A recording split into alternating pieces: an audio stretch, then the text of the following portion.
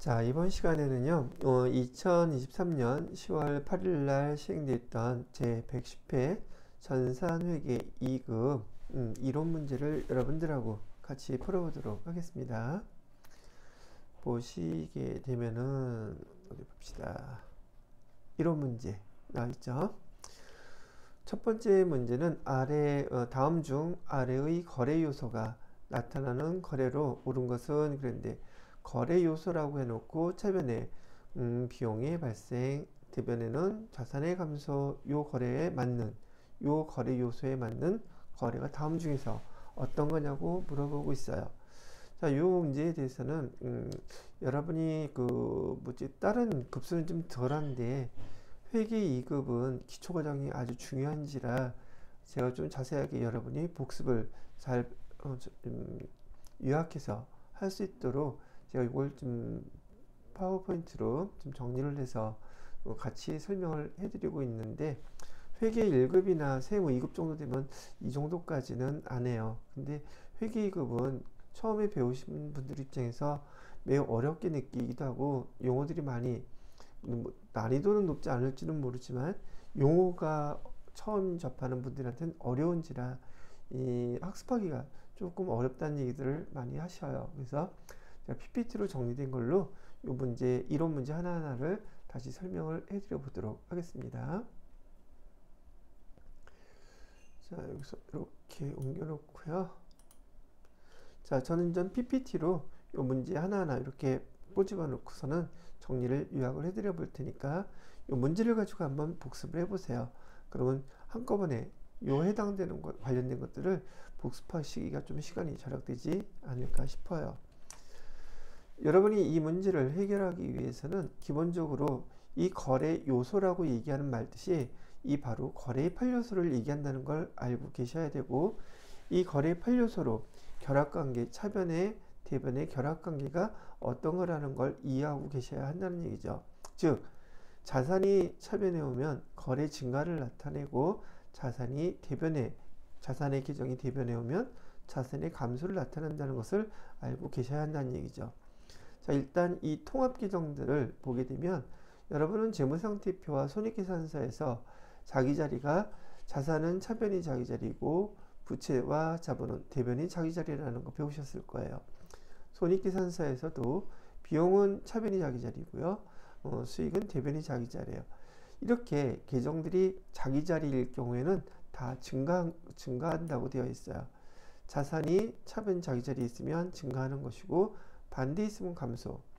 부채도 마찬가지로 자기 자리에 있으면 증가, 그 다음에 반대 계정으로 기록이 되면 감소를 의미한다고 되어 있고요. 자본도 자기 자리에 있으면 증가, 반대 자기 자리가 아닌 곳에 기록이 되면 감소라고 기록이 되고 있죠. 요거 6가지는 바로 요걸 기억하시면 다 된다는 거 설명도 드렸고 잘 이해하셨으리라고 생각이 들어요.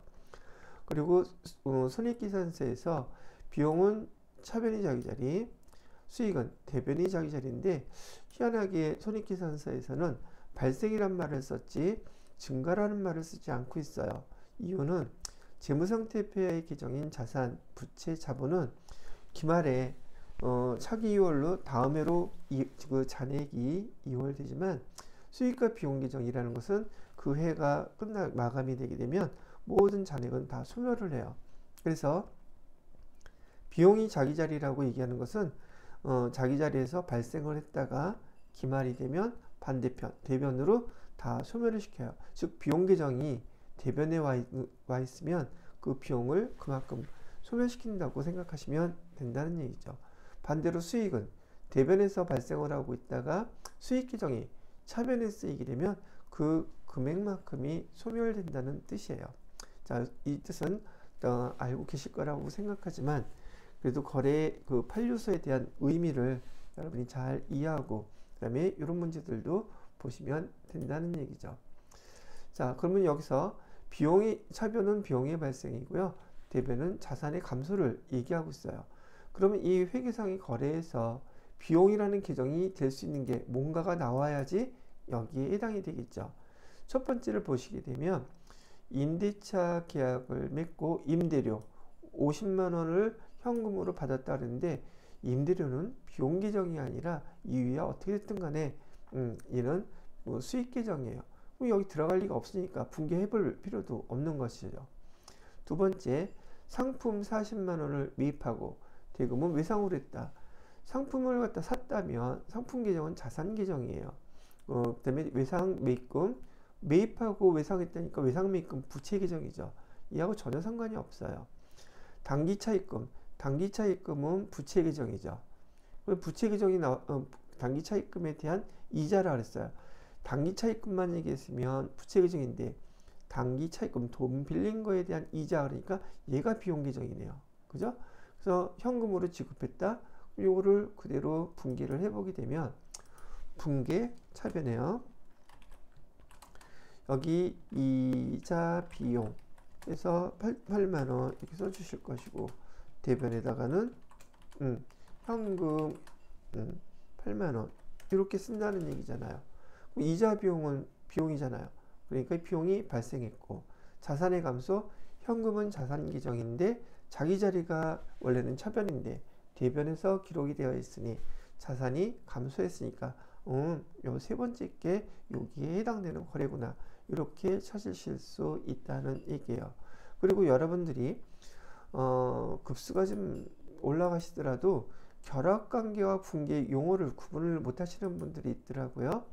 지금 여기 거래 판료서에 의해서 이렇게 기록하는 거 요 위에 있는 거죠. 요거는 결합관계라고 얘기해요. 결합관계, 그러면 비용의 발생, 자산의 증가, 부채 감소, 이렇게 기록을 하는 걸 의미하는 것이고요. 이 결합관계 중에서 더 디테일하게 계정 과목을 사용하는 것을 우리는 분계라고 부르는 거예요. 얘가 분계예요. 물론 우리 회계 담당자들은 회사에서의 그 거래를 분계로 기록을 하지만 처음 배우시는 분들 입장에서는 결합관계로 자산과 부채, 자본, 비용, 수익, 통합계정을 먼저 이해시키기 위한 목적으로 거래 판료서를 통해서 결합관계를 먼저 설명을 해주게 되는 단계에 있는 겁니다. 일단 여기에 대한 해답은 여기 3번이 답이 된다는 거, 이렇게 설명을 해 드릴게요. 자, 그 다음에 두 번째 문제를 보시게 되면 다음 중 유동부채에 해당되지 않는 것을 찾아보라고 얘기가 나오고 있네요. 110회 맞죠? 자, 여기서도 보시게 되면 유동부채라고 얘기를 하고 있어요. 여기도 뭐 제가 109회부터 이렇게 여러분들한테 보조자료까지 여기 첨부해서 설명을 해드리고 있는데, 제가 여기 필수 암기사항이라고 했습니다. 여러분은 회계 2급에서 요 재무상태표의 개정, 그 다음에 앞으로 설명하게 될 손익계산서의 손익구분, 제가 암기하는 사항들은 철저하게 잘 지금 공부하실 때 암기해 두세요. 그래야지 회계 공부할 때 도움이 아주 많이 될 겁니다. 자, 유동부채는 여기 보시면 부채 계정이 있고, 자산도 유동자산, 비유동자산 구분하는 것처럼 부채도 유동부채, 비유동부채 이렇게 구분이 돼요. 이 유동부채에 해당되는 것들이 여기 보시게 되면 계정 과목은 단기 차입금, 외상 매입금, 지급엄, 미지급금, 선수금, 유동성 장기부채, 여기까지 나와 있는데, 이거는 가장 기본적이고 꼭 암기해야 될 계정 과목을 정리해 놓은 거예요. 이게 다라는 뜻은 아니고요. 여기 유동부채, 여러분이 회계 2급에서도 자주 사용하는 우리 4대 보험료 원천징수 관련된 예수금이라는 계정까지 하나 더 참고를 해 놓으시게 되면 유동부채에는 이런 계정들이 있어요. 이 유동부채 중에서 여기 외상매입금과 지급엄을 다른 말로 두 개를 합친 용어를 매입채무라고도 부른다는 얘기예요. 그리고 미지급금과 선수금, 요 계정을 합쳐서 다른 용어로 기타 채무라고도 불러요. 여러분들이 이렇게 묶어서 부르는 용어가 뭔지를 모르면 여러분이 나중에 되게 헷갈릴 수밖에 없는 상황이 벌어질 수 있더란 얘기죠. 그래서 여기서 물어보는 것은 유동부채에 해당되지 않는 것이라고 했으니 유동성 장기부채 여기 있죠. 그 다음에 성급비용, 성급비용은 이것도 결산 때 많이 나오는 용어이긴 한데 답은 얘가 답이에요. 단기 차입금 여기 있죠. 예수금 여기 있죠. 선급비용은 일단 여기 문제 상황에서는 이렇게 기억을 해 두십시오. 선급비용은 선급금이라고 하는 자산 계정하고 같은 것이다 라고 일단은 생각을 해 놓으세요. 선급금은 여기 자료에 써 보시게 되면 선급금 여기 있죠. 자산 계정이에요. 자산 계정.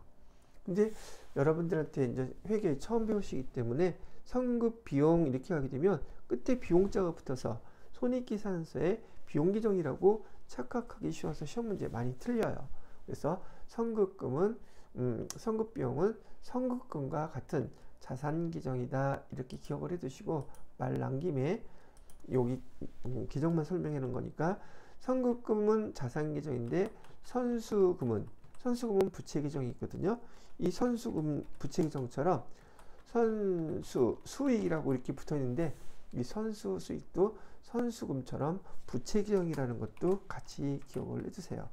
이는 수익 계정이 아니에요. 그래서 선급 비용, 선수 수익 좀 이번에 헷갈리죠. 이렇게 기억을 해주시고요. 또 이걸 구분할 줄 알게 되면 기말정의상 손익의 이연이라든지 손익의 예상이라든지 그런 계정 설명할 때 이해가 쉬워질 거예요. 하나 더 여기 미수금이라는 거 알고 있죠?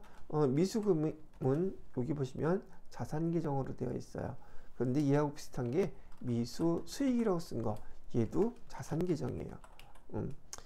특징들이 뭐냐면 다 기말에 회계 담당자들이 결산할 때 쓰는 계정들이라는 거예요. 그 다음에 미수금은 자산 계정인데 미지급금이 있죠. 미지급금은 부채 계정이거든요. 미지급금 어디에 있어요? 미지급금 여기 있죠. 부채 계정이에요. 그런데 얘하고 비스무리하게 생긴 게 미지급 비용이라는 계정이 있어요. 얘도 마찬가지로 미지급금하고 같은 성격을 갖고 있는 부채 계정이라는 것도 기억을 해 두시면 끝에 비용, 수익 들어갔다고 여러분들한테 자주 질문하는 자산인지 비용인지 수익인지 헷갈릴 수 있는 요 계정 4가지 계정을 미리 한번 제가 또 이렇게 설명을 해 드리는 거예요. 여기서는 아까 선급비용이라고 되어 있죠. 선급비용 하나, 선급비용 이렇게 여러분이 비용이라 수익이다 혼동하기 되게 쉽죠. 그래서 제가 여기 계정 나온 김에 같이 설명을 해 드렸습니다. 계정은 반드시 암기하십시오. 자산, 부채, 자본 여기 계정은 또 자본 계정에서 좀 더 자세히 설명을 할 것이긴 하지만 전산회계 2급이라 할지라도 여기에 나와 있는 이 정도 시험 문제도 출제가 되니까 계정을 꼭 기억해 두시기 바랍니다. 자, 됐고요. 저 다음 세 번째 거 설명을 해보도록 하겠습니다. 세 번째는 다음 중 아래의 가와 나에 각각 들어갈 수 있는 내용이 무엇이겠습니까? 라고 물어보고 있습니다. 보시게 되면 단기 매매 증권, 단기 매매 증권을 취득하면서 발생한 수수료는 수수료 비용, 단기 매매 증권 요 말뜻을 이해를 하셔야지 되는데 단기 매매 증권의 목적, 단기 매매 증권의 우선 계정의 목적을 아셔야지 되는데요. 여기 단기 매매 증권의 목적은요, 시세 차익이 목적이에요. 시세 차익이 목적이다. 그래서 단기 매매 증권은 자산 계정이기도 하죠. 자산 계정인데 우리 회사에서 자산을 취득하면서 발생하는 부대비용. 지금 여기에서는 바로 요 발생한 수수료 있잖아요. 우리가 흔하게 얘기하는 얘가 부대비용이에요. 단기 매매 증권이라고 하는 자산을 취득하면서 이렇게 부대비용이 발생하면 원래 취득하는 자산 단기 매매 증권으로 기록해 주는 게 보편적이고 일반적인 원칙이에요. 그런데 이 단기 매매 증권만 이 부대비용을 취득하는 자산명으로 기록해 주는 것의 예외예요. 대표적으로 여러분이 알고 있는 걸로 하나 예를 들어 드리면 우리가 상품을 샀을 때 상품 10만원어치를 샀는데 운반비가 만원이 발생했어요. 이런 경우 상품의 가격은 얼마일까요? 상품은 얼마지? 이렇게 물어볼 때 이 운반비라 할지라도 상품을 매입할 때, 상품이라는 자산을 매입할 때 발생한 부대비용이기 때문에 운반비 영수증이라 할지라도 회계 담당자가 기록할 때는 상품 10,000원 이렇게 기록을 하는 거예요. 그러면 이 운반비가 상품에 포함돼서 계정을 똑같이 상품으로 기록을 해놨으니 상품은 얼마짜리가 되겠습니까? 상품은 110,000원짜리가 되는 거예요. 이렇게 부대비용은 취득하는 자산에 포함시켜서 기록을 하게끔 되어 있는데 유일하게 이 단기매매증권만 거기서 예외예요. 취득하는 자산은 단기매매증권 그대로 기록하고요. 발생한 수수료는 부대비용이지만 수수료 비용이라고 하는 별도의 비용 계정을 사용해서 따로 기록합니다. 이게 특이사항이에요. 그래서 시험 문제에 아주 많이 출제가 되는 거죠. 그래서 여기는 가해는 수수료 비용으로 처리한다. 그리고 참고로 이 수수료 비용은 영업과 관련이 없는 단기매매증권 거래 자체가 영업과 우리 판매 행위와 우리 상품을 판매하는 행위와 관계가 없어요. 우리 영업과 관련이 없어서 이 수수료 비용도 영업 외 비용이 되는 거예요. 그 다음에 여기서는 이번엔 상품 대신에 차량 운반구도 취득하면서 발생한 취득세가 있죠. 바로 요거는 우리가 모든 우리 회사에서 취득하는 자산에 포함시켜서 계산한다는 부대비용인 거예요. 취득세, 등록세. 그럼 얘는 뭘로 처리해요? 취득하는 자산명으로 처리한다. 차량 운반구로 기록을 하는 겁니다. 그럼 여기 가와 나에 해당되는 거, 공통되는 거는 1번밖에 없죠. 이렇게 구분을 하시면 되겠습니다. 그래서 여기 앞에서 여러분이 수업하실 때 유형자산의 취득, 즉 토지든 건물이든 차량 운반구든 비품이든 기계장치든 이런 것들 모든 자산을 우리가 취득할 때 발생하는 부대비용은 취득하는 자산명으로 기록한다. 근데 단기매매증권만 예외다. 부대비용이 발생하면 이 수수료 별도로 기록한다. 그리고 이 비용은 영업과 관련이 없는 영업의 비용이다. 이 정도까지만 회계 2급에서 정리를 해 놓으시면 회계 1급에서 수업할 때는 아주 손쉽게 수업을 하실 수 있으실 거라는 얘기예요. 자, 됐고요. 그 다음에 4번 문제를 보겠습니다. 4번 문제를 보시게 되면 계정별 원장에 기입된 거래를 보고 A 안에 들어갈 수 있는 계정 과목이 어떤 게 적절할까요? 지금 이거 물어보고 있어요. 자, A 계정 과목이 뭘까 하고 봤더니 기초는 기초잔액을 얘기하는 거죠. 자기 자리가 대변인 계정 과목이 아까 뭐뭐 있었죠? 위에서 설명해 드렸을 때 기초 잔액이 대변해 왔다는 것은 자기 자리가 대변이라는 뜻인데 대변해 올 수 있는 것은 우선 자산은 차변이 자기 자리, 부채와 그 다음에 자본이 대변이 자기 자리, 그 다음에 여기는 비용이 손익계산서에서는 수익이 이렇게 오겠죠. 그러면 이 계정은 자산과 비용 계정은 절대 될 수가 없어요. 여기 부채 계정, 자본 계정, 수익 계정만 요 계정에 계정별 원장 계정의 주인이 될 수 있다는 얘기죠. 그럼 계정을 보니까 받으러 오면 자산 계정이죠. 안 돼요. 외상매입금 부채 계정이죠. 요건 되겠네요. 광고 선전비 비용 계정이죠. 얘도 안 돼요. 미수금 자산 계정이죠. 얘도 안 돼요.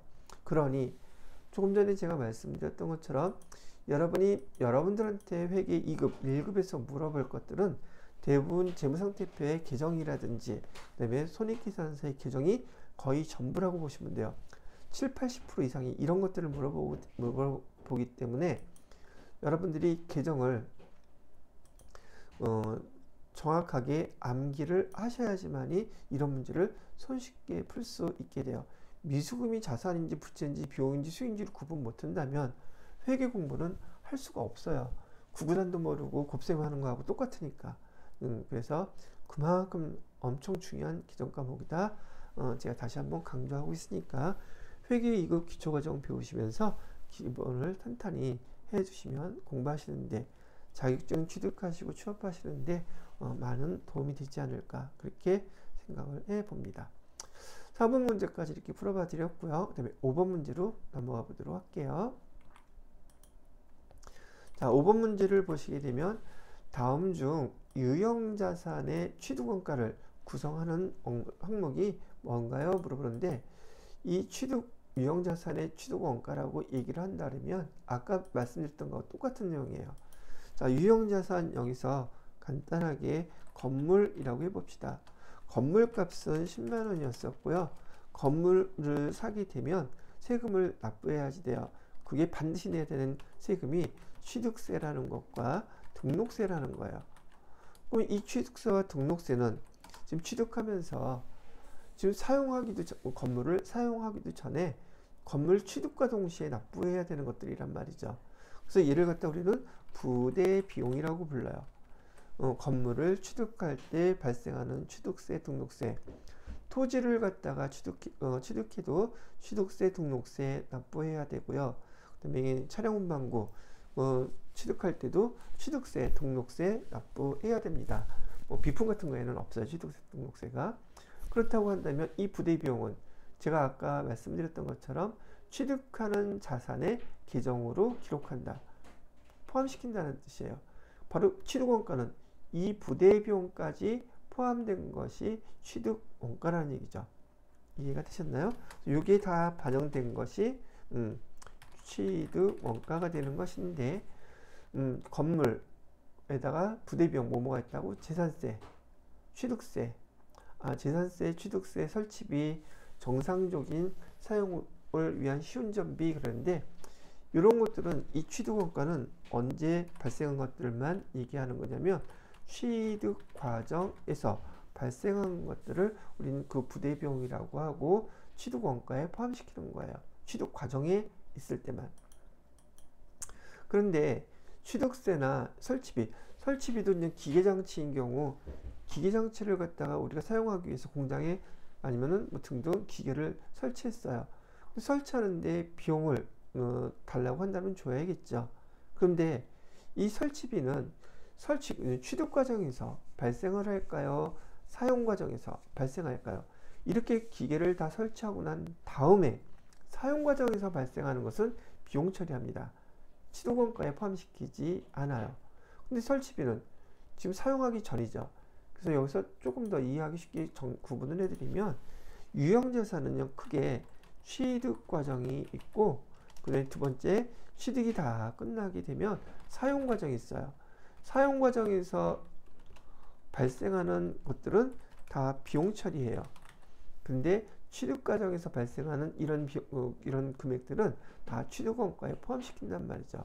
그래서 취득 과정과 사용 과정을 구분하실 수 있으면 되는데 건물도 마찬가지라 그랬죠.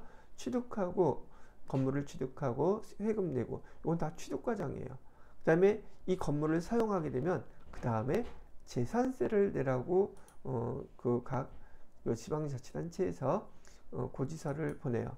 이 재산세는 바로 이 사용 과정에서 발생하는 세금이에요.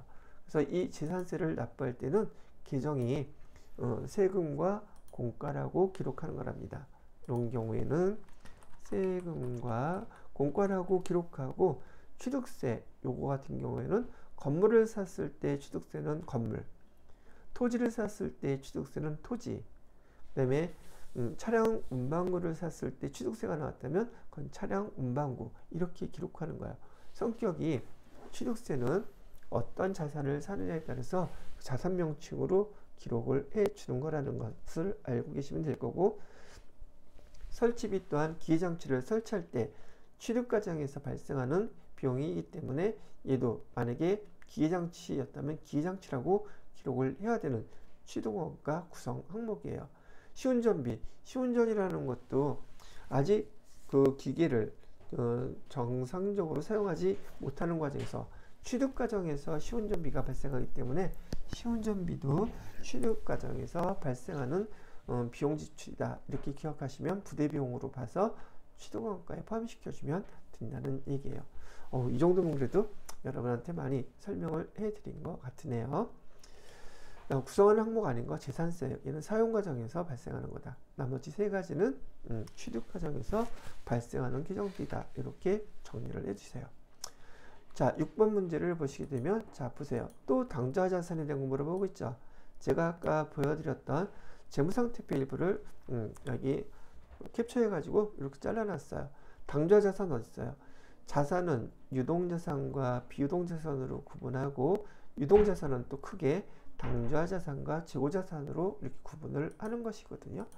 여기 당좌 자산에 해당되는 통합 계정이 현금 및 현금성 자산, 단기 투자 자산, 매출 채권, 기타 채권, 크게 네 가지로 나뉘어져요.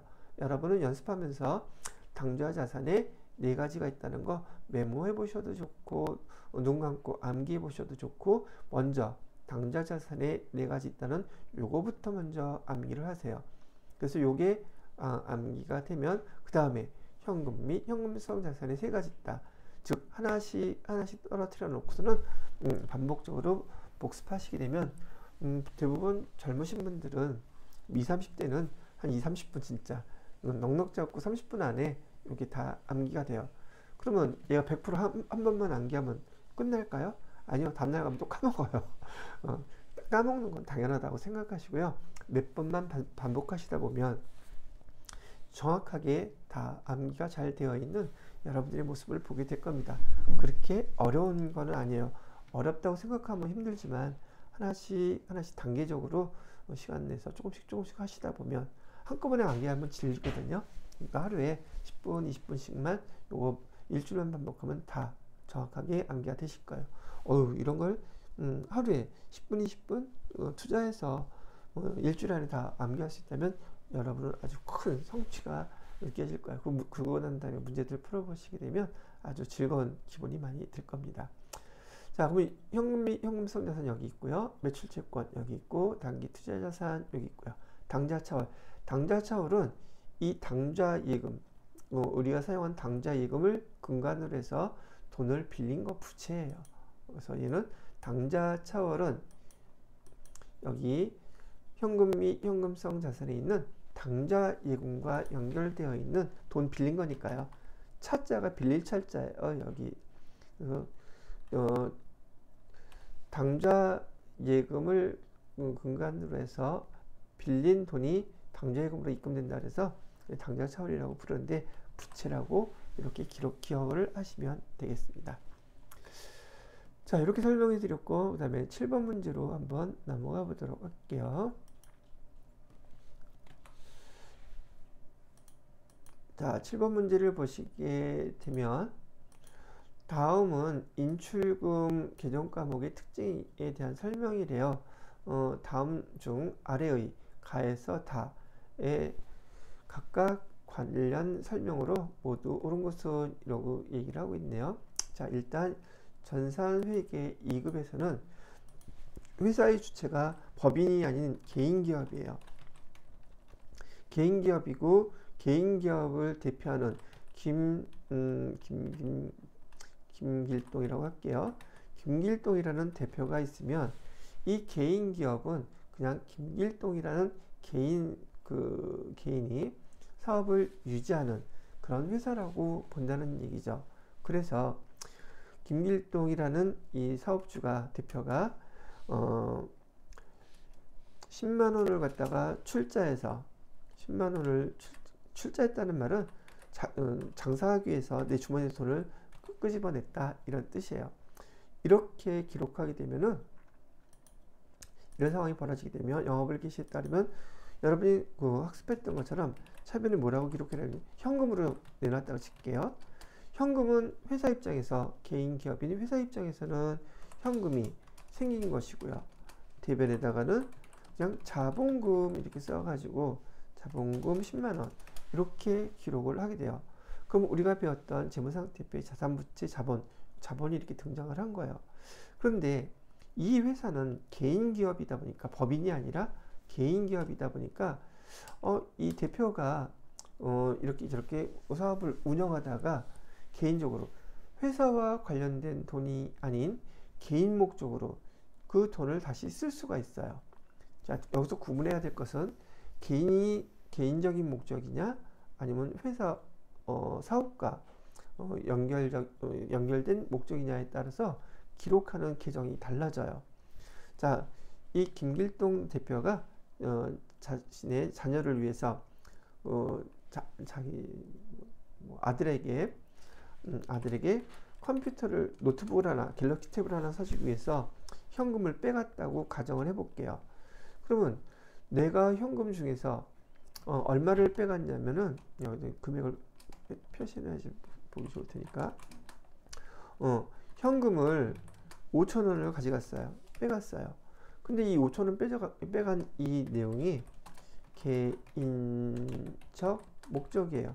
개인적인 목적으로 빼갔다면 자기 처음에 자본금 10만원 된 것 중에서 이 자본금을 갖다가 5,000원, 자본금은 증가하면서는 대변에 기록하고 자본금이 감소하면 차변에 기록하기로 배웠죠.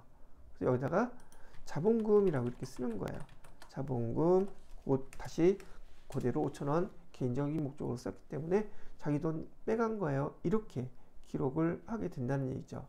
그런데 이 자본금이라는 기정은 되게 중요한 기정이어서 1년 동안에 그 회계 기간 동안에 수시로 차변, 대변, 자본금 이렇게 쓸 수가 없어요. 그러면 너무 혼란스럽고 너무 중요한 계정을 남발하게 된단 말이죠. 그래서 우리 회계에서는 이렇게 개인 기업인 경우 자본금이라는 계정 대신에 인출금, 우리 인출기 아시죠? 자동 인출기 그거 똑같아요. 그 인출금이라는 계정을 사용합니다. 자본금이라는 계정을 사용하지 않고. 그러면 인출금이라는 계정은 자본금을 개인적인 목적으로 이렇게 빼갈 때 인출금이라는 계정을 사용한다. 그렇게 기억을 하시라는 거예요. 자, 근데 이렇게 끝나지 않고 한 번만 더 예를 더 해볼게요. 이번에는 개인적인 목적으로 세금을 내야 되는데 세금은 자기한테 부여된 세금은 김길동이라는 이름으로 세금이 나오면 이 개인 기업의 이름으로 세금 납부하라고 고지서가 나오면 그거는 회사 돈으로 내면 안 돼요. 그건 누가 내야 되느냐 하면 김길동이라는 대표 이름으로 그 세금을 내야지 된다는 얘기죠. 뭐 그렇게 그냥 이해하기 편하게 김길동이라는 대표가 자기 집 재산세를 회사에서 개인 기업이니까 회사의 그 회계 담당자한테 나 우리 집 재산세가 얼마 나왔는데 요 재산세 좀 내줘 라고 얘기하게 되면 원칙은 개인 돈으로 내야 되는데 그 회사 돈으로 지금 납부를 하게 되면 얘도 마찬가지로 개인적인 목적으로 사용한 것으로 되는 거예요. 그래서 얘도 인출금이라고 해서 이번엔 얘는 4,000원이라고 합시다. 또 이렇게 해놓고 대변에 회사에서는 회사의 보통예금 통장에서 4,000원을 이렇게 인출해 주는 거죠. 근데 결국 그 재산세도 결국은 개인적 목적인 거예요. 회사 돈으로 내는 게 아니라 자기 돈으로 내야지 되는 건데 회사 돈은 이렇게 출자를 하게 되면은 그다음부터 자기 돈이라고 볼 수는 없지만 많이들 이렇게 자기가 다시 빼내와서 쓸 수는 있는 거예요. 자, 이렇게 된 상태에서 12월 기말이 되면은 이렇게 인출금이란 말 뜻은 기중에 자본금을 개인적인 목적으로 빼내간 그런 결과이기 때문에 정리를 해줄 때 12월 31일 날 차변에 이 자본금으로 이제 빼나간 것으로 기록을 합니다. 자본금 9,000원. 그 다음에 인출금 계정은 임시 계정이에요. 그래서 결산할 때 이 인출금 계정이 잔액이 남아있으면 안 되거든요. 인출금 이렇게 해서 대변으로 다 감소시켜서 없애는 거예요. 자본금, 인출금, 기중에 발생했던 합계금의 9,000원, 9,000원 이렇게 해서 없어지는 거예요. 그리고 자본금 처음에 10만원 중에서 자본금 얼마 빼간 거예요? 9,000원을 빼갔으니 기말 자본금은 91,000원만 남아있게 되겠죠. 인출금의 특징은 개인기업인 회계 2급 계정에서만 시험 문제가 출제되지 그 이외 시험 문제에서는 거의 출제가 되지 않습니다. 이유는요. 회계 1급부터는 우린 개인기업을 다루지 않아요. 또 여러분들 대부분이 자격증을 취득하고 회사에 취업하시면 개인기업이 아니라 법인기업에 주로 취업을 하실 거기 때문에 개인과 법인의 차이점도 알고 계셔야지 돼요. 이거는 다음 급수 넘어가시면 아마 설명을 해드릴 텐데, 일단 개인과 법인은 다르다. 둘 다 인격체예요. 자, 이렇게만 구분을 해놓고 문제를 한번 풀어볼게요. 주로 기업주, 사업주라고 그랬죠? 여기 대표를 얘기하는 거예요. 사업주의 가의 지출을 얘기한다. 인출금이란 용어 자체가 어떤 목적으로 사용했을 때 사업적인 용도가 아니라 개인적인 용도로 사용했을 때 우리 인출금이라는 규정을 쓴다는 걸 알고 계시면 돼요. 지금 제가 말씀해 드렸던 것처럼 개인 목적으로 나에서는 나에서 사용되며 임시 규정에 해당된다. 지금 제가 여기 개인 기업이라고 그랬죠. 그래서 개인 기업에서 사용되면 제가 임시 기종으로서 기말되면 다 이렇게 상시 처리해서 없애줘야 한다고 그랬었죠. 여기 개인 기업 요게 해당이 될 것이고요. 다에 대한 평가 규정으로 보고 기간 말에 다로 대체된다. 여기 다에 대한 평가 규정인데, 다에 대한 평가 규정이라는 것은 여기 아까 얘기했던 자본금에 대한 평가 규정. 평가는 9,000원은 인출금으로 빼나갔죠. 자본금 10만원에서 인출금 9,000원을 빼면 자본금 얼마 남아요? 91,000원 남는다고 제가 말씀드렸잖아요. 이 인출금이라는 규정은 바로 저 자본금이라는 규정의 차감 규정이에요. 자본금이라는 규정의 차감 규정이 바로 인출금이다. 그래서 얘를 뭘로 대체한다? 인출금 다 없애주고 대신 사용하다가 없애주고 자본금 규정으로 바꿔주는 거예요. 그걸 대체라는 용어로 써요. 이거 대체되어서 12월 31일 날 마감을 합니다. 요 말뜻을, 요 상황을 이렇게 말로 표현하는 거예요. 그래서 다에 대체되면 자본금 규정으로 대체되어서 마감합니다. 그럼 세 개가 다 공통적으로 체크가 된 거는 1번이 답이 된다는 얘기죠. 인출금 규정은 가끔 나오기는 하는데 출제 빈도가 좀 낮은 축에 속하기 때문에 한번 설명을 이렇게 들어두게 되시면 다음번에 여기 인출금 규정 나오면 아마 크게 어렵지 않게 맞추실 수 있지 않을까. 지금 제가 설명드린 내용에 인출금, 자본금 규정, 개인기업에 대한 것들 다 거의 다 들어가 있어요. 그래서 아마 이것만 알고 잘 복습하시면 두 번 다시 이런 문제와 관련된 건 틀리지 않으실 것이라 생각이 됩니다. 됐어요. 자, 그 다음에는 8번 문제를 보도록 할까요? 8번 문제를 보시면 다음 중 손익계산서와 관련이 된 개정 과목 아닌 걸 찾아보래요. 요거 아까 나왔었죠. 자, 손익계산서에 관련된 계정, 임차료, 비용 계정이죠. 임차료, 임대료, 얘는 수익 계정이에요. 그 다음에 유용자산 처분이 얘는 영업 외 수익 계정으로 되어 있죠. 여기는 영업 외 비용까지만 써있는데, 아까 여러분들한테 헷갈린 거 뭐라 그랬어요? 요거라 했잖아요. 다시 한번 정리해 드릴게요. 이거 중요한 계정이니까 지금은 내용보다는 계정만 암기를 해주시면 도움이 돼요. 자산 계정에 속하는 게 성급 비용, 그 다음에 비슷한 건데 얘는 부채 계정에 해당되는 거 선수 수익, 그 다음에 미수 수익, 얘도 자산 계정,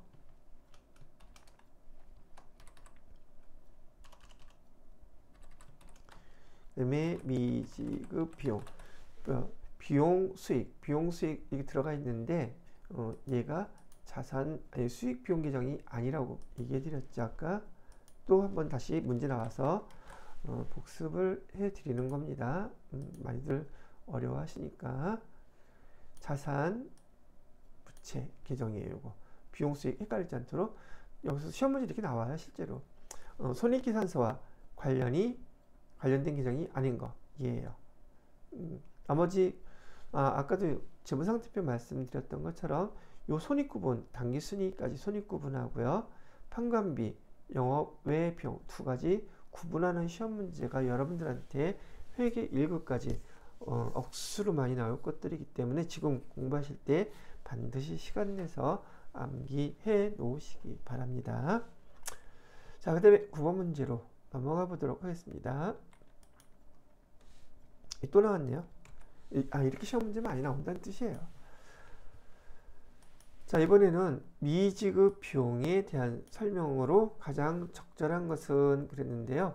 이 미지급 비용이라는 것은 제가 아까 설명드릴 때 우선 여러분이 나중에 여기 결산정리사항에서 설명, 오늘은 이번 회차는 시험 문제에서 주제가 요거였는지 시험 문제가 지금 많이 출제되고 있죠. 아마 이 내용 잘 이해가 안 됐던 분들은 이번 이 110회 시험 보셨던 분들 중에서 아마 망했지 않았을까 싶어요. 왜? 어려워하는 파트들이시니까. 얘를 손익의 이하이다, 손익의 이상이다. 교재에선 이렇게들 부르고 있어요. 미수금, 미수수익 둘 다 자산계정이라고 했었고요. 선급금, 선급비용도 자산계정.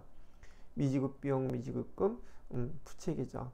선수수익, 선수금, 부채계정인데 일단 여기서 문제 나온 것만 따져보니까 미지급비용이라고 했고 제가 미지급금이라고 이해를 하셔도 됩니다 라고 했었잖아요. 계정에서 이렇게 미자가 붙은 것은 아직이라는 뜻이에요. 아직, 그 다음에 지급하지 않은, 아직 지급하지 않은 비용이라는 뜻입니다.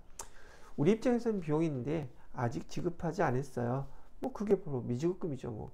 근데 여기서는 특이하게 비용인데 지급하지 않았어요. 뭐 이런 얘기인데 대표적인 계정이 임차료예요. 임차료인데 임차료는 기간이 지나가면 지급을 해야 되죠. 근데 아직 지급하지 않은 거, 그 임차료 비용 계정이니까. 그래서 여기 말뜻을 그냥 보시게 되면은 당기 수익에 대응되는 지급된 비용 아니죠. 지급된 비용이 아니라 미자가 들어가기 때문에 미지급된 비용이라고 얘기를 해야 돼요. 근데 수익에 대응되는 미지급된 비용이라고 해야 될까? 당기 수익에 대응되지는 않지만 미지급된 비용이라고 해야 될까? 지금 여러분이 여기서 이 문제에 대한 답을 선택한다면 지급된 비용이 아니라는 거, 미자가 들어간 거, 그걸 선택을 하셔야 된다는 얘기예요. 지급된 비용은 미리 지급됐기 때문에 선자가 들어가 있어야 돼요. 그래서 지금 당기 수익에 대한 수익 비용 대응의 원칙이란 말 아마 들어보셨을 거예요. 수익 비용 비용 대응의 원칙이라는데 이 미지급 비용이라는 것은 당기 수익에 대응되는 개념인 거예요. 올해 우리가 수익에 대응되는 비용으로서 미지급된 비용이 을 갖다가 기록한다고 해서 미지급 비용을 한다. 이렇게 체크를 해주시면 될 것 같습니다. 자, 이렇게 해서 9번 문제까지는 풀어봤고요. 그 다음에 10번 문제로 보시게 되면 제가 또 여기다 붙여놨죠. 왜? 여기하고 이렇게 관련된 문제를 계속 얘기하기 때문에 이런 문제들을 여러분이 해결을 하고자 한다면 이걸 몰라서는 이 문제를 해결할 수가 없어요. 그래서 시간 조금 들여서 반드시 꼭 암기해 두시라고 강조해 드리는 거였던 거죠. 여기 12월 말 결산일 현재 손익계산서상 당기순이익이 30만 원이었대요. 그러면 여기 손익구분을 모르면 당기순이익이 여기가 뭐가 어디에 들어가는지 구분을 할 줄 알아야지만이 이 문제를 해결할 수 있지 않겠어요. 근데 이런 문제는 앞으로 회계, 2급, 회계, 1급, 세무 할 것 없이 여러분이 직장에서도 엄청나게 많이 접하게 되실 것들이기 때문에 활용도가 엄청나게 높다는 얘기죠. 문제에서 여기가 30만 원이라고 지금 가르쳐 주고 있는 거예요. 당기순이익이. 자, 근데 여기 아래 사항이 반영되어 있지 않음을 확인하였다. 결산 정리 사항인데 이걸 아직 반영을 안 했다는 얘기예요. 그럼 요거 반영하고 나면 당기순이익이 얼마로 변할까요? 저 결산 정리 사항을 반영하게 되면 이 당기순이익은 얼마로 변하게 되겠습니까? 이건 물어본 겁니다. 자, 그러면 여기 해당되는 걸 한번 보도록 하죠. 손익계산서의 보험료 12만원. 이 보험료도 여러분이 판관비인지 영업의 비용인지 이런 걸 구분하실 수 있어야지. 여기 판관비의 이 보험료는 어디 있어요? 여기 있죠? 보험료가 판관비에 들어간다고 하니 이 판관비에 비용으로 얼마가 반영되어 있다는 뜻이에요. 12만 원이 이렇게 반영된 결과 당기 순이익이 30만 원이 이렇게 됐어요. 이걸 얘기하는 거거든요. 그런데 이 보험료 중에서 여기 나오는 성급보험료라는 말이 나와 있죠. 성급보험료, 이것은 보험료인데 성급, 미리 냈다는 뜻이에요. 그 뜻은 내년도 거 보험료도 미리 낸 금액이 이 안에는 들어가 있어요. 이런 뜻이에요. 그럼 성급보험료 내년 거 미리 냈으면 그 금액만큼은 올해 보험료로 비용에 들어가면 안 되는 거잖아요. 그죠? 그건 내년도 거니까.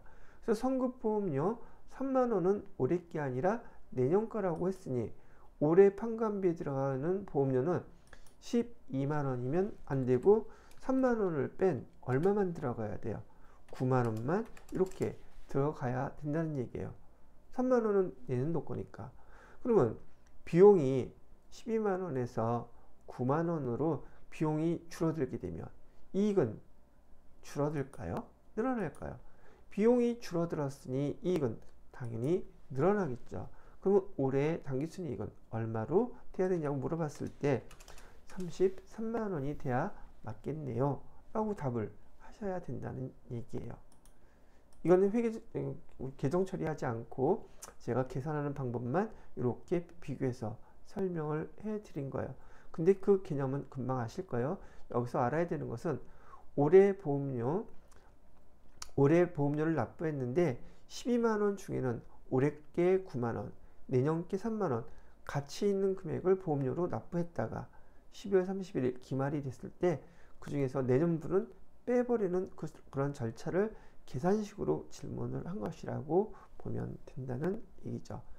여기 다시 한번 강조해요. 손익구분과 판관비, 영업의 비용 구분하는 거 아주 중요한 것 중에 하나예요.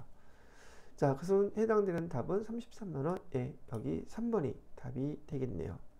됐죠? 자, 그 다음에 24번이 아니라 11번 문제로 넘어가 보도록 합시다. 11번. 에라, 또 있네. 여러분이 이렇게 봐야지 이게 왜 중요한지 더 제가 아무리 강조하는 것보다도 문제 보면서 제가 이렇게 그 자료로 띄워놓은 것 갖고 활용하는 거 자꾸만 보시게 되면 아, 이거 되게 중요하구나 그런 공감을 가지시면 여러분이 반드시 암기하실 것도 같아요. 자, 11번 문제는 다음 지출 내역 중 영업의 비용의 합계액이 얼마냐고 물어봐요. 영업의 비용이 뭔지를 모르면, 판관비가 뭔지를 모르면 이것도 구분하기가 되게 어려워지지 않겠어요? 자, 영업용이라고 그러면 이건 영업용, 우리가 뭐 판매 활동에서 발생되는 비용이란 뜻이에요. 여기 보험료 여기 있잖아요. 여기 있었죠? 영업의 비용, 이런 것들을 영업의 비용이라고 해요. 대손이 확정된 외상 매출, 대손상각비. 대손상각비도 제가 여러분들 잘 틀려서 그 빨간색으로 강조해 놨어요. 판관비예요. 영업의 비용 아니에요. 판관비예요. 얘도 아니고. 10년 만기 차입금의 이자. 대출 차입금 이자는 돈을 빌린 대가예요. 이자 수익도, 이자 비용도 우리 영업의 결과가 아니라 돈과 관련된 돈을 빌리거나 빌려준 거에 대한 대가이기 때문에 영업과 관련이 없는 수익이나 영업과 관련이 없는 이익, 즉 영업의 수익, 영업의 비용이에요. 여기 차입금의 이자니까 얘는 바로 영업과 관련이 없는 영업의 비용에 해당되는 거죠. 여기 이자 비용 나와 있죠. 기부금도 뭐 기부하지 않으면 영업을 못 하나요? 아니죠. 이건 영업과 관련이 없는 거예요. 그래서 영업의 비용, 그래서 두 개 합치면 4,000원. 요게 답이 되겠네요. 얘하고 관련된 거기 때문에 제가 여기다 모아놓은 거예요. 자, 12번 문제도 보시게 되면 판관비에 해당되는 기존 과목 아닌 거 물어보고 있어요. 우리 장사하려면 거래처 접대해야 되죠. 접대비 판관비예요. 세금도 내야지 돼요. 공과금도 내야 돼요. 장사할 때. 이것도 판관비예요. 광고, 장사 잘하려면 광고해야 되죠. 이것도 판관비예요. 근데 기타의 대손상각비가 이건 뭐예요? 이렇게 물어보죠. 여기 대손상각비는 이것도 좀 어려운 개념이긴 한데 지금 용어만 기정만 구분하실 수 있다면 이것도 괜찮아요. 우리가 보통 앞에서 매출채권 배웠죠. 매출채권에는 뭐가 있느냐면 외상 매출금이라는 기정하고요. 받을 어음 기정이 있었어요. 받을 어음 기정인데 얘를 두 개 합쳐서 우린 매출채권이라고 불러요. 우리가 매출채권을 갖다가 못 받게 되면 우리가 손해봤으니까 비용 처리해야 되잖아요. 그때 비용 처리하는 계정이 대손상각비예요. 우리 영업활동하고 아주 무지막지하게 관련이 깊은 계정이란 말이죠. 그래서 얘도 판관비라고 얘기해 드렸죠. 근데 우리가 뭔가를 팔고 돈을 못 받았을 때 채권이라고 그러는데 그 채권은 크게 두 가지로 구분되는 거예요. 이렇게 기타 채권도 있어요. 기타 채권에는 뭐가 있느냐면 앞에서 보셨던 미수금하고 대표적인 게 선급금이에요. 깍두기가 하나 있는데 그 깍두기는 단기 대여금이에요. 뭔가 돈을 빌려줬다가 못 받게 되는 것을 우린 기타 채권이라고 부르거든요. 그래서 여러분이 또 혹시 구분을 하고 싶다면 채권은 크게 매출 채권과 기타 채권으로 구분된다, 이렇게 정리를 하세요. 물론 아까 재무상태표에 다 표시되어 있는 것들이에요. 그래서 매출 채권을 못 받게 되면 우린 손해가 났으니 비용 처리해야 되는데 그때는 대손상각비라고 처리하는데요. 여기 기타 채권을 못 받게 되면 얘도 마찬가지로 비용 처리할 때 그때 대손상각비가 아니라 얘는 기타 채권이기 때문에 상각비 이름도 기타의 대손상각비라고 처리한단 말이죠. 얘는 여기 미수금이라든지 선급금이라든지 단기대여금은 우리 영업활동과 관련이 있는 게 아니에요. 그래서 얘는 여기서 발생하는 비용들은 다 영업 외 비용이 된다는 뜻이에요. 그래서 여기 해당되는 게 4번이 답이 되는 것이랍니다. 이것도 정리 잘 해놓으시면 회계 1급 진도 나가실 때 아주 도움이 많이 되실 거예요. 시험에서 잘 나오는 것들이에요. 자, 그 다음은 12번 문제, 13번 문제를 보도록 할게요. 13번 문제는 다음 그 회계 순환 과정을 나타내는 것들인데 가에 들어갈 거, 우리 회계 담당자의 이 회계 담당자가 회계를 처음 시작하는 단계와 맨 마지막 끝나는 엔딩 단계를 처음부터 끝까지 다 보여준 요약된 것들이에요. 회계 담당자는 회사에서 거래가 발생하는 것부터 시작을 합니다. 발생한 거래를 우리는 분기장에다가 분계라는 방법으로 기록을 해요. 이 분기장에 기록된 것을 총계정 원장에다가 이게 뭐예요? 물어보는데 전기예요. 즉 전기라는 말 뜻은 일렉트릭 전기 찌직 그거 아니고요. 한자어로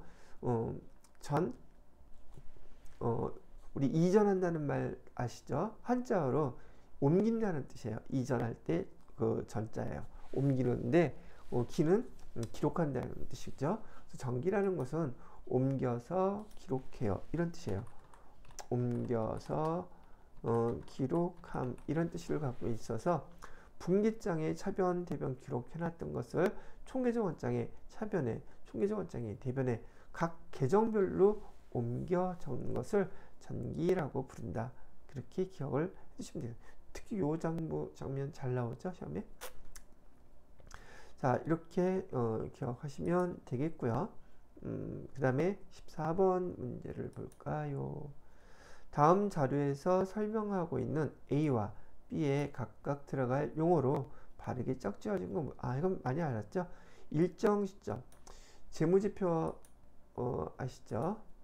그렸어. 재무제표, 이것도 시험 문제 이제 가끔 물어보는데 재무제표가 뭐예요? 라고 질문을 하게 되면 여러분들은 재무상태표, 그 다음에 손익계산서, 그 다음에 현금 흐름표, 이거 반드시 암기하셔야 되는 항목 중에 하나예요. 기초과정에서. 그 다음에 자본 변동표, 추석, 이 5가지가 주로 대답을 많이 하시더라고요. 얘네들은 우리 목적 중에서 재무제표의 종류를 얘기하는 것이지 재무제표의 뜻을 얘기하는 게 아니에요. 재무제표란 뜻은 뭘까요? 그러면 이렇게 물어보면은요, 이렇게 얘기하세요. 여기 앞에 제자는요, 이렇게 수업할 때 제가 첫날 설명해 드렸던 것인데, 앞에 제자는 재산, 재물이라는 뜻이에요. 그 다음에 무는 업무, 일이라는 뜻이고요. 여기 재는 여러 가지라는 뜻이고요. 표는 말 그대로 요약된 표를 얘기하는 거예요. 이 재무제표는 한자로 이렇게 네 글자로 써 있는데 이걸 우리말로 해석한다면 재무제표가 뭡니까? 라면 회사의 재산과 관련된 일의 여러 가지 표예요. 회사의 재산과 재물과 관련된 그 일, 그걸 여러 가지 표로 만들어 놓은 게 재무제표예요. 그래서 그 재무제표 종류에는 이 5가지가 있습니다. 이렇게 얘기를 했던 거죠. 그래서 여기 첫 번째 재무상태표, 이 재무상태표는 회사의 재산과 관련된 상태를 나타내는 표. 이렇게 뭐라고 얘기했냐면 재무 상태, 재산 상태를 나타내는 표가 재무상태표고, 손익계산서는 장사를 잘했는지 못했는지, 장사를 갖다가 좀 더 고급스러운 말로 경영성과가 어땠는지, 재무성과가 어땠는지를 나타내는 표가 손익계산서예요. 그래서 재무제표 중에서 여러분이 우리 회계 과정에서 주로 80~90% 이상 집중적으로 다루는 것이 바로 재무상태표와 손익계산서가 자격시험에서 물어보는, 실무에서 주로 다루는 주된 내용이란 말이죠. 현금흐름표라든지 자금변동표, 주석, 이런 내용들은 주로 공인회계사들이 와서 별도로 작성하기 때문에 실무에서는 여러분은 대상이 재무제표 중에서 재무상태표와 손익계산서 2개 거의 집중되어 있다고 보시면 되겠습니다. 재무상태표라는 것은 재산 상태를 나타내는 것이기 때문에 일정 시점이라는 시점에 재산을 파악하는 거예요. 딱 멈춰져 있는 상태에서. 그래서 얘를 일정 시점이라고 얘기하는 것이고요. 손익계산서는 1년 동안 또는 일정한 기간 동안 장사해야지만이 성과가 얼마만큼 됐는지 파악할 수 있기 때문에 얘는 일정 기간이라는 용어를 사용하게 됩니다. 문제에서 보시게 되면 재무제표 중에서 일정 시점의 기업에 뭐를 나타낸다 그랬어요? 일정 시점의 재무상태를 나타낸 표를 재무상태표라고 하고, 일정 기간이라고 얘기했죠. 일정 기간 기업에 뭘 나타내요? 일정 기간의 경영성과, 재무성과를 나타내는 표를 손익계산서라고 한다. 결국 여기서도 질문한 것은 재무제표 중에서 이 2가지를 질문한 거예요. 그래서 답은 1번이 된다는 뜻이죠.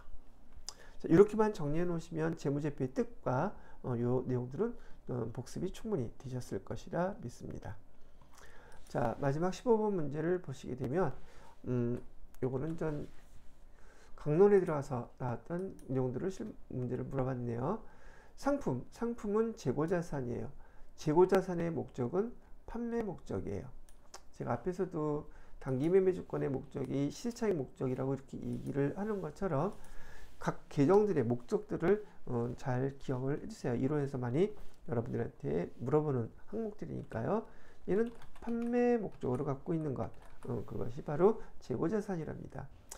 원가를 결정하는 방법, 원가를 결정하는 방법에는 여기 보시게 되면 재고자산의 수량을 결정하는 방법은 수업 시간에 설명해 드렸던 것처럼 실지재고조사법, 계속기록법, 혼합법 이런 것이 있고, 지금 여기서 물어본 건 요거예요. 단가, 원가를 결정하는 방법에는 선입선출법, 이동평균법, 총평균법, 후입선출법 이렇게 4가지가 있고 추가적으로 하나가 더 있어요. 물론 2가지가 더 있긴 한데 개별법이라고 수업 시간에 배웠을 거예요. 개별법 또 여기 단가를 결정하는 방법 중에 하나예요. 자, 그래서 여기 법법법 이런 거 많이 나오니까 기초 과정이 회계 2급에서는 이런 것들도 이렇게 정확히 알고 있는지를 물어볼 수 있는 문제 형태가 될 수 있어요. 거기에 반해서 그러면 여기 있는 거 한번 볼까요? 단가를 결정하는 방법, 원가를 결정하는 방법, 개별법 여기 지금 써놨고요. 총평균법 여기 있고요. 선입선출법 있죠. 이 연수업기법은 그러면 언제 쓰는 용어인가요? 이건 유형자산을 감가상각할 때 사용하는 방법이에요. 유형자산에서 여러분이 회계 2급에서는 아마 제가 설명 교재에서 이 2가지만 해드렸어요. 정액법, 종률법. 근데 회계 1급부터는 연수학계법, 생산장 비례법 요거까지도 설명이 되는데, 여러분이 요 문제도 회계 접하신 지 얼마 되지 않았던 분들한테는 좀 어려웠던 문제라고 생각할 수 있었을 거예요. 근데 회계 전체적인 입장에서 보면 당연하게 알고 있어야 되는 것들이긴 한데요. 처음이기 때문에 어렵다고 생각하시면 되고, 여러분 회계 2급 공부하시면서 이렇게 요 복법법 나 있는 거, 감가상각 방법 계산하는 방법은 회계 1급 때 배우겠지만 그 감가상각 방법이 이런 게 있다라고 정도만 알아두시면 되지 않을까 싶네요. 자, 이렇게 해서 110회의 이론 문제 15개를 여러분들과 같이 풀어봤고요. 다음 시간에는 여기 전산회계 2급 110회의 실무, 실기 파트를 여러분들하고 같이 한번 또 보도록 할게요. 네, 고맙습니다.